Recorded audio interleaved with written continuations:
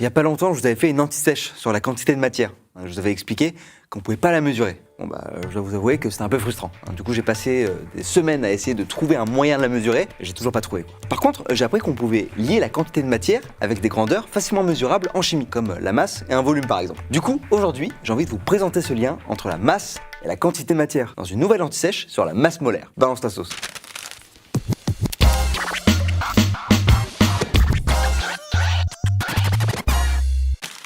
Avant de se lancer dans les calculs, je vais vous rappeler un truc important. La masse et la masse molaire sont deux choses différentes. La masse molaire, c'est la masse uniquement d'une mole de quelque chose, comme les atomes ou les molécules. Et une molaire, c'est une dent. Mais ça, on s'en fout. Comme toutes les grandeurs, la masse molaire possède un symbole. Et là, c'est le M majuscule. Je dis M et je le sème. Voilà.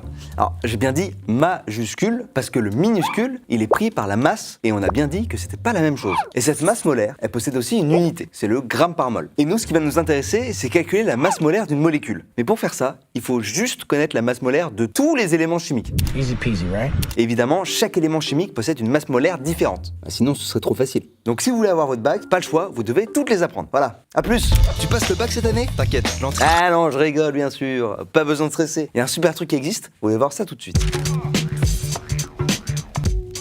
Tada! Je vous présente le tableau de classification périodique des éléments. Mais si, vous l'avez déjà vu. C'est le truc un peu chelou à la fin de votre livre de physique-chimie. Et si on regarde bien dans la légende, il y a marqué masse atomique relative ou masse molaire atomique. Et ben c'est exactement de ça dont je parle. En gros, ce tableau c'est simple, il y a dedans tous les éléments et informations sur la vie, l'univers et le reste.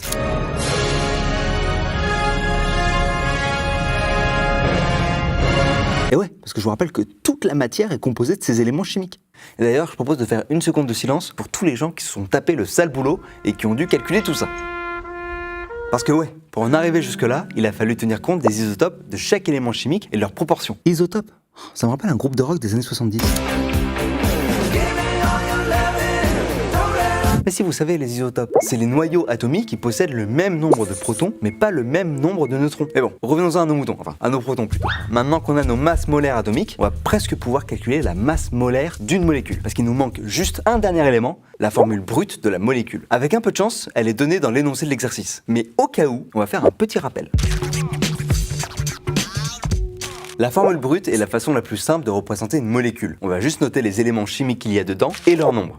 Tenez, on va essayer avec le paracétamol. Voici sa formule brute. Non, la formule brute, j'ai dit. Ça, c'est le modèle moléculaire. Toujours pas, ça, c'est la formule développée. Je voulais juste un truc simple. Simple. Ah, voilà, là, c'est bon. Ça, c'est une formule brute. On peut lire qu'il y a du carbone, qu'il y en a 8, qu'il y a 9 hydrogènes, 2 oxygènes et un azote. Avec toutes ces infos, je vais pouvoir enfin calculer la masse molaire de ma molécule. Il me reste plus qu'à récupérer dans mon tableau périodique les masses molaires dont j'ai besoin. Celle du carbone, celle de l'hydrogène, de l'oxygène et de l'azote, et on est bon.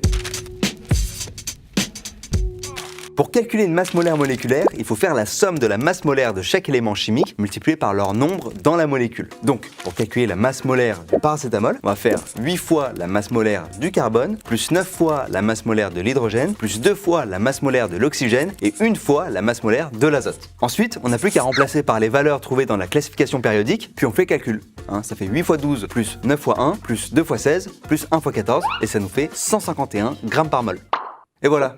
C'était facile, non? Bon allez, petit récap.